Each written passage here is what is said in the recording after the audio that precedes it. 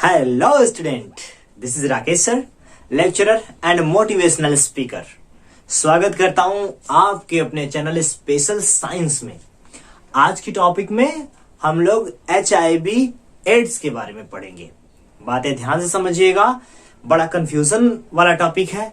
खास करके 10 और 12 जो बोर्ड के एग्जामिनेशन है, इसके अलावा 11th में भी जहां वायरस टॉपिक दिया है उस लेसन के हिसाब से बहुत इंपॉर्टेंट टॉपिक है।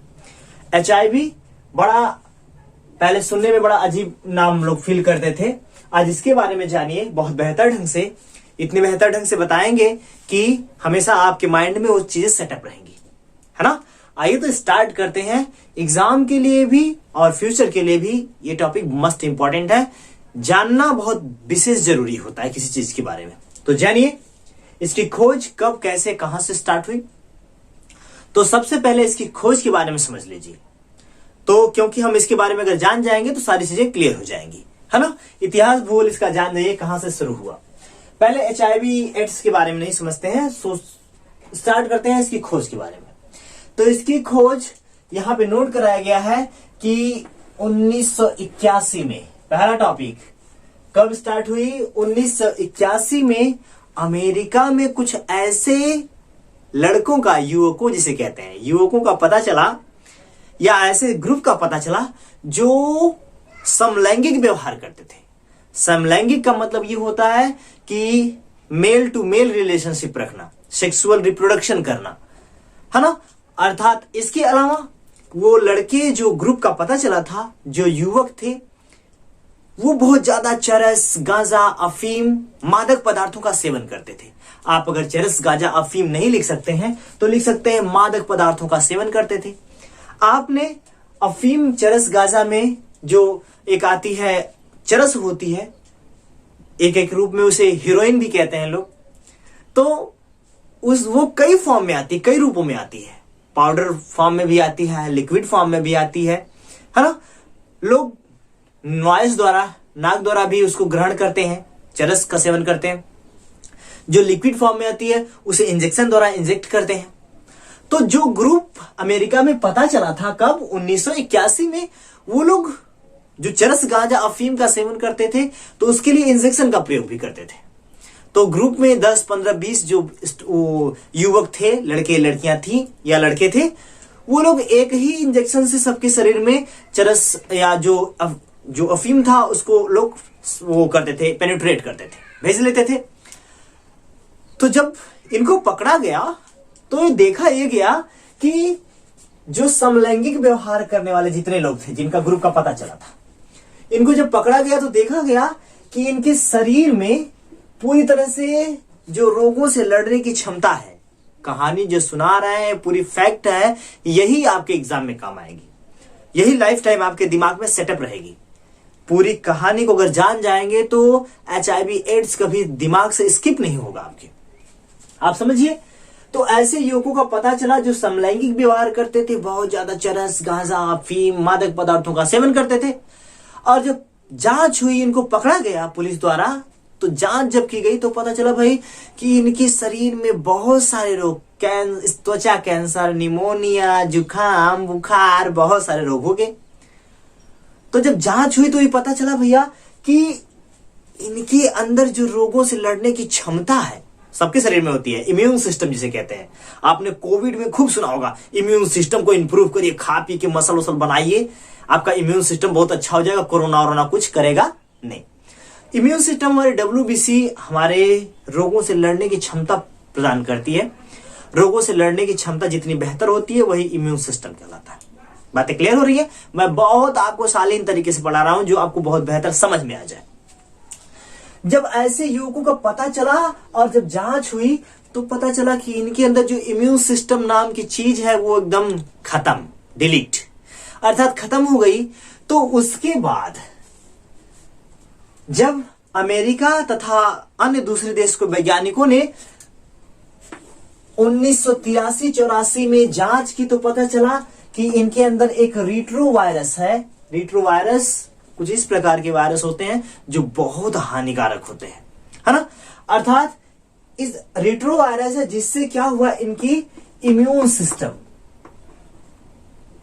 डबल एम है, इम्यून सिस्टम अर्थात रोग प्रतिरोधक क्षमता आप जिसे कहते हैं वो पूरी तरह से खत्म।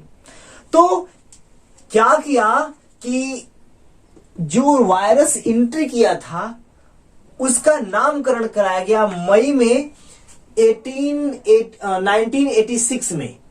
कौन सी संस्था? ICVN, इंपॉर्टेंट है, ध्यान में रखिएगा। ICVN इंटरनेशनल, सी से है कम्युनिटीज ऑफ वायरस नॉमेनक्लेचर या virus nomenclature, international community of virus nomenclature नामक एक संस्था ने क्या किया, इसका नामकरण किया और इसका नाम रखा HIV। अर्थात कब रखा बाबू? मई 1986 में एक संस्था ICVN international community of virus nomenclature नामक एक संस्था है, इसने क्या किया, इसका नामकरण किया और इसका नाम दिया HIV, ह्यूमन इम्यूनो वायरस। आप यदि ये छोटी छोटी पॉइंट अपने एग्जाम में अपने दिमाग में सेटअप कर लेते हैं तो आपका कॉन्फिडेंस लेवल एकदम बेस्ट बूस्ट हो जाता है ना। इन चीजों को ध्यान रखिएगा, जब नोट करिएगा तो इसको हाईलाइट कर दीजिएगा, बहुत बेहतर जो होता है इंप्रेशन आता है ना। आगे बढ़ते हैं। HIV का मतलब ह्यूमन इम्यूनो डिफिशियंसी वायरस। पहली बात, यहां से छोटे और बड़े क्वेश्चन पूछे जाते हैं। एक तो पूछा जाता है HIV का पूरा नाम बताइए, तो ह्यूमन इम्यूनो डिफिशियंसी वायरस कह सकते हैं कहीं कहीं यहां पे। हाँ, बस यहीं से आगे बढ़िए। ह्यूमन इम्यूनो डिफिशियंसी वायरस, ये वायरस केवल लिम्फोसाइट को टारगेट करता है। मैं अभी आपको लिम्फोसाइट समझा रहा हूं, थोड़ा सा और इसके बारे में आगे समझ लीजिए। वायरस जो होते हैं बहुत छोटे होते हैं, इनको हम माइक्रोस्कोप से नहीं देख सकते। माइक्रोस्कोप मतलब सूक्ष्मदर्शी से बाबू, आप पेन डाउन कर लीजिएगा कि इसे हम वायरस को हम क्या कर सकते हैं, माइक्रोस्कोप सूक्ष्मदर्शी से नहीं देख सकते हैं। तो इसको किससे देखा जाता है? इलेक्ट्रॉनिक सूक्ष्मदर्शी से देखा जाता है, जो किसी वस्तु को कई हजार गुना बड़ा करके दिखाती है। बात है क्लियर? तो वायरस की HIV की साइज जो होती है 0.1 से लेकर 0.14 μm मिली माइक्रोन के आसपास होती है। अर्थात क्लियर हुआ है इतनी पॉइंट कि भाई अमेरिका में इसकी खोज हुई, ऐसे युवकों का पता चला जो समलैंगिक व्यवहार करते थे, अर्थात sexual reproduction same male to male करते थे। इसके अलावा उनके अंदर जब जांच हुई तो पता चला कि उनमें जितनी भी रोगों से लड़ने की क्षमता है खत्म। वो खूब चरस, गांजा, मादक पदार्थों का सेवन करते थे। इसके बाद ये अमेरिका के वैज्ञानिकों ने ही इसे रिट्रो वायरस कहा कि ये बहुत ही डेंजरस वायरस होता है जो किसी भी ह्यूमन बॉडी को बहुत ज्यादा इन्फेक्टेड करता है। इसका नॉमेनक्लेचर मई 1986 में ICVN द्वारा किया गया। और पहला क्वेश्चन यहां से पूछा जाता है कि HIV का पूरा नाम बताइए, तो सिंपल है, ह्यूमन इम्यूनो डिफिशियंसी वायरस। अच्छा, ये तो क्लियर हुई, इसकी साइज सब भी क्लियर होगी, बहुत छोटे होते हैं। अब ये वायरस है और इस वायरस द्वारा जो रोग होता है उसका नाम है AIDS। अब आप बताइए यहां पे AIDS अर्थात एक्वायर्ड इम्यूनो डिफिशियंसी सिंड्रोम। आप समझिए कि मैंने पहले से पेन डाउन करके इसलिए रखा है ताकि आपका जो वीडियो है शार्ट में बन जाए, मैं वही चीजें आपको पूरी तरह से एक्सप्लेन कर दूं। मुझे लिखना पड़ेगा तो वीडियो काफी लंबा हो जाएगा और आप परेशान हो जाएंगे, कहेंगे इतना बड़ा झोल बड़ा पढ़ा रहे हैं, है ना। तो आराम से मैंने पहले से नोट कर लिया। अब आप समझिए, जब रोग का नाम पता चल गया, उसके कारण पता चल गए कि भाई ह्यूमन इम्यूनो वायरस नामक एक वायरस है जो एक प्रॉब्लम क्रिएट करता है जिसका नाम उसने रखा HIV, है ना, एक्वायर्ड इम्यूनो डिफिशियंसी सिंड्रोम। अब आप समझिए इसका प्रसार कैसे कैसे होता है, और वहीं से समझिएगा जहां से इस वायरस की खोज हुई थी।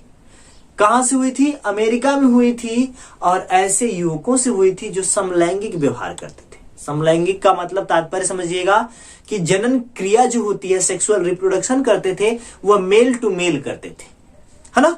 इसके अलावा मादक पदार्थों का सेवन बहुत ज्यादा करते थे। चरस हो गया, गांजा हो गया, अफीम हो गया। तो क्या सर मादक पदार्थों के सेवन से एचआईवी होता है? नहीं। लेकिन समझिए, एचआईवी खास करके ब्लड रिलेशनशिप, अर्थात अगर एक शरीर का रुधिर दूसरे शरीर में, दूसरे का तीसरे शरीर में, तीसरे का चौथे शरीर में अगर ऐसे मीट कर गया, मिल गया, तो समझिए एचआईवी के चांसेस होते हैं, अर्थात ऐसे ही एचआईवी फैलता है। तो क्या सर ब्लड को कैसे ट्रांसमिट होना पड़ा, एक दूसरे के शरीर में कैसे पहुंच गया?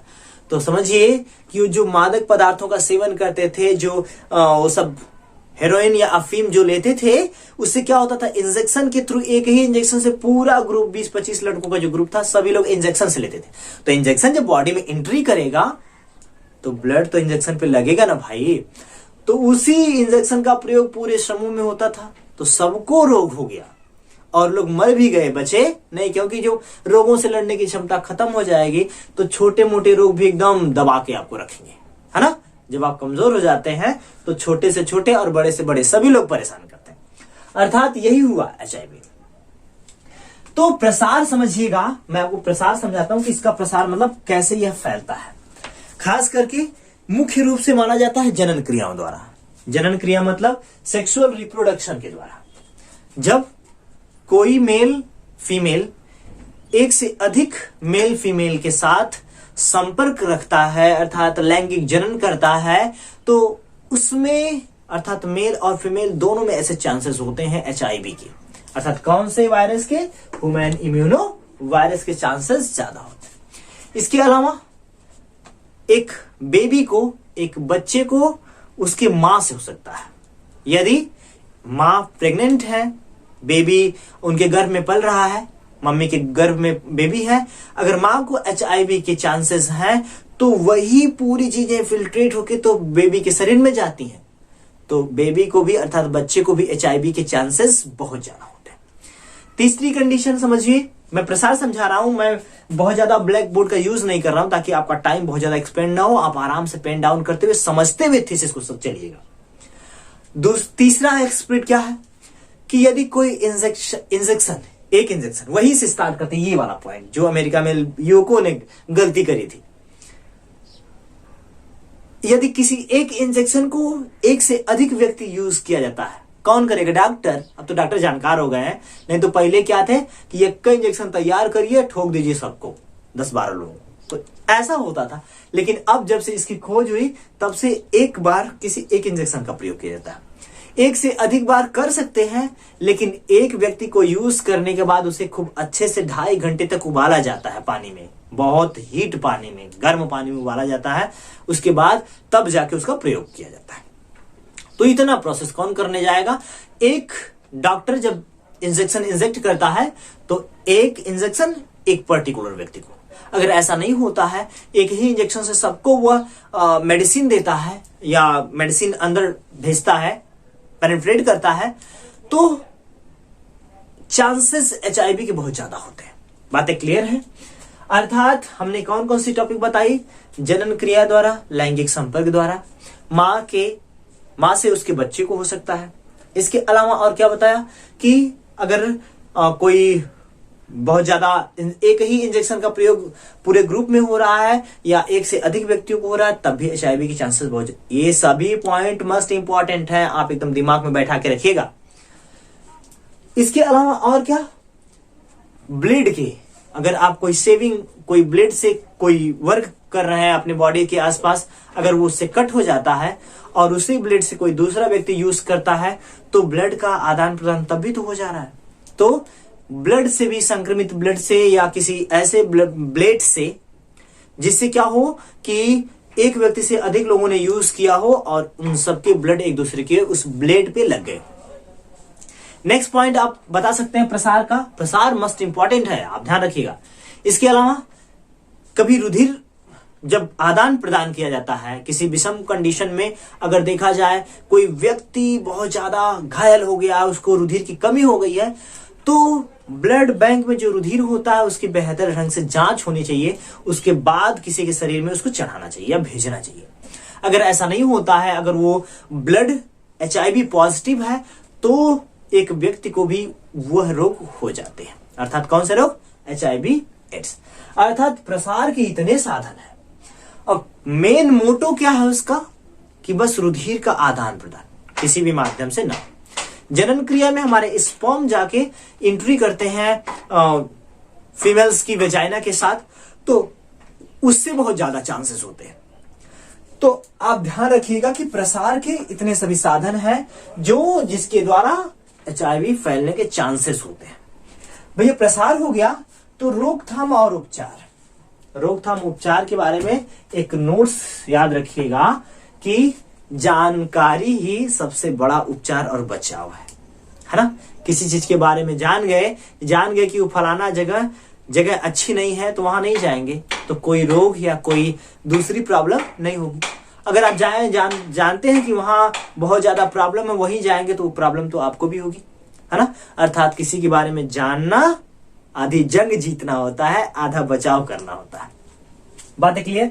तो 1 दिसंबर को HIV एड्स दिवस मनाया जाता है, जिसमें सबको जागरूक किया जाता है HIV के प्रोसेस के बारे में बताकर। इसके अलावा रोकथाम में कुछ औषधियां हैं, औषधियां क्लियर कर लीजिए। डेलाविरडिन ये पहली औषधि है, बहुत सारी औषधियां अब तो आ गई हैं। दूसरी है लैमिवुडिन और लाइडोवुडिन। आप समझिएगा, मैंने कुछ फेमस मेडिसिन को यहां पे लिया है, आप नाम नोट कर लीजिएगा। डेलाविरडिन, लैमिवुडिन और लाइडोवुडिन, ये 3 औषधियां हैं, या इससे भी अधिक औषधियां हैं। आपको 2-3 नाम याद कंपलसरी करने होते हैं, तो 2-3 नाम याद कर लीजिएगा। ये HIV में दी जाती हैं, जिससे बहुत बेहतर फायदा होता है ना। इसके अलावा व्यक्ति सामान्य जीवन आराम से जी सकता है, उससे बहुत ज्यादा प्रॉब्लम नहीं होती। पहले बहुत ज्यादा प्रॉब्लम थी जब तक मेडिसिन नहीं आई। तो आई होप कि इतनी चीजें आपको समझ में आई हैं। HIV का फिगर आपको यहाँ प्रोवाइड हो गया, और आप उसको देख लीजिएगा। एक वायरस की संरचना जिसमें RNA के स्ट्रैंड प्रेजेंट होते हैं, जो HIV का जो है क्या है कि वायरस है, जिसके कारण एड्स रोग होते हैं। आप बेहतर ढंग से पढ़ाई करिए, बेस्ट करिए, अपने स्वास्थ्य का ध्यान रखिए। मेरी वीडियो को देखने के लिए, अपने दोस्तों तक भेजने के लिए, मेरी साइंस फैमिली को बड़ा करने के लिए आपका बहुत बहुत थैंक यू। अच्छे से रहिए, बेहतर ढंग से पढ़ाई करिए। Thank you so much, best of luck.